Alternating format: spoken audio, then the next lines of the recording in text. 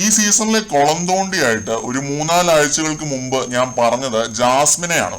പക്ഷെ ഇപ്പൊ ജാസ്മിൻ ഒരു കൊളന്തോണ്ടി ഒന്നുമല്ല, നന്നായി കേട്ടോ. പുതിയ കൊളന്തോണ്ടികളായിട്ട് 2 പേര് പൊങ്ങി വന്നിട്ടുണ്ട്. സായി എന്ന വാക്കിലെ സ, സിജോ എന്ന വാക്കിലെ സി. ശശി കോമ്പോയുടെ കാര്യമാണ് ഞാൻ പറയുന്നത്.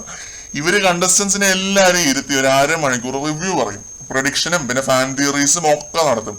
അങ്ങനെ ചെയ്ത് കഴിയുമ്പോഴത്തേക്കും കണ്ടസ്റ്റൻസ് വിചാരിക്കും, ഇവന്മാര് ഭയങ്കര ബുദ്ധിമാന്മാരാണല്ലോ, എന്നെ ടോപ്പ് 5 പറഞ്ഞ സ്ഥിതിക്ക് ഇനി ഒന്നും നോക്കണ്ട, സുഖമായിട്ടിരുന്ന് എൻജോയ് ചെയ്യാം, റിസോർട്ടിൽ വന്ന പോലെ ഇരുന്ന് തിന്നാം, കുടിക്കാം, അർമാദിക്കാം, അങ്ങനെ ഇവിടെ അങ്ങ് കൂടാം, ലാസ്റ്റ് വരെ നിൽക്കുമെന്ന് പറഞ്ഞല്ലോ.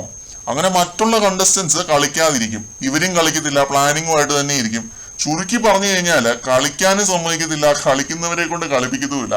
സിജോയുടെ പ്ലാനിങ് 90% ആണെങ്കിൽ 10% താഴെയാണ് സിജോ അവിടെയൊക്കെ അത് പ്രവർത്തിച്ച് കാണിക്കത്തുള്ളൂ.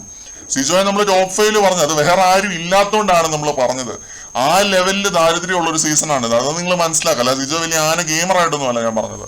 സായി അതിലും താഴെയാണെന്ന് വേണമെങ്കിൽ പറയാം. അപ്പം ഒരുപാട് അവർ ഇംപ്രവൈസ് ചെയ്യാനുണ്ട്, ഒരുപാട് അവർ കളിക്കാനുണ്ട്, അതവർ ചെയ്യുന്നില്ല. വിന്നറും റണ്ണറപ്പും ആണെന്നായിട്ട് അങ്ങ് ഉറപ്പിച്ചിരിക്കുവാണ്.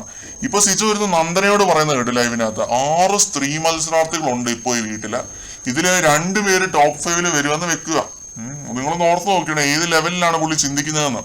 അതിലൊരാൾ അപ്സരയാണെന്ന് എനിക്ക് തോന്നുന്നുണ്ട്. ജാസ്മിന് പ്രതികരണശേഷിയുണ്ട്, ടാസ്കുകൾക്ക് നല്ലപോലെ കളിക്കുന്നുണ്ട്, പക്ഷെ അവള് പ്രതികരിക്കുന്ന രീതി വളരെ മോശമാണ്.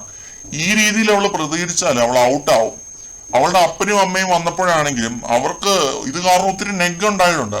അതുകൊണ്ടൊക്കെ തന്നെ നീ ലേഡീസ് തമ്മിലുള്ള ഗെയിമിൽ ഫോക്കസ് ചെയ്യണം എന്നെന്താ. അപ്സരയും ജാസ്മിനും അടുത്ത ആഴ്ച താണ്ടി കഴിഞ്ഞാൽ 13ാമത്തെ ആഴ്ചയിലേക്കാണ് കടക്കുന്നത്.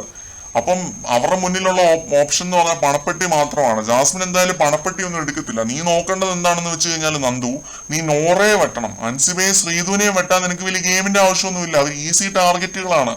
ഇത് കഴിഞ്ഞ് പിന്നെ റാങ്കിങ് ടാസ്കിനെ കുറിച്ച് ചർച്ച ചെയ്യുന്നുണ്ട്. സ്ക്രാച്ച് ആൻഡ് വിൻ ജയിച്ച പോലെയാണ് അഭിഷേക് റാങ്കിങ് ടാസ്കിൽ 1ാമത് വന്നത്. അവൻ പാവപ്പെട്ട ഒരു പയ്യനാണ്, അവനോട് എനിക്ക് അസൂയോ ഒന്നുമില്ല കേട്ടോ. പക്ഷെ അവൻ ഒന്ന് സംസാരിക്കാതെ വിൻ ചെയ്ത ഒരു ടാസ്ക്, അതിലാണ് എനിക്ക് വിയോജിപ്പുള്ളത് എന്ന് സിജോ പറയുന്നു. സിജോയുടെ ഈ ഒരു അവസാന 2 പോയിന്റ് കേട്ടപ്പോൾ എനിക്ക് ചിരിയാണ് വന്നത്. ഫോണും ക്യാമറയും ലാപ്ടോപ്പും മൈക്രോഫോണും ഒന്നും കയ്യിലില്ലെങ്കിൽ റിവ്യൂ ചെയ്യാനായിട്ട് നിൽക്കരുത് എന്റെ പൊന്നിന് സിജോ, വില കളയരുത്. അൻസിബയുടെ ഗെയിമാണ് ഇപ്പൊ പുറത്ത് ചർച്ചാ വിഷയം. അതുപോലെ അഭിഷേക് കത്തി കയറിക്കൊണ്ടിരിക്കുകയാണ് പോളിലൊക്കെ.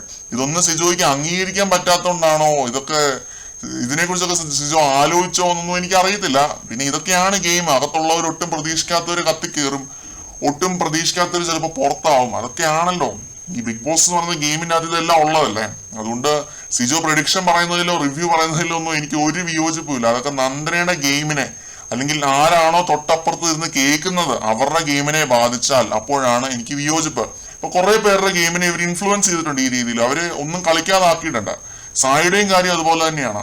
ഈ 2 പേരും വേറുള്ളവരെ പിന്നോട്ട് വലിക്കുന്നു എന്ന് തോന്നുന്നിടത്ത് ഞാൻ വിമർശിക്കുക തന്നെ ചെയ്യും. അങ്ങനെ വിമർശിച്ച് നമ്മൾ വീഡിയോസും ചെയ്തിട്ടുണ്ട്.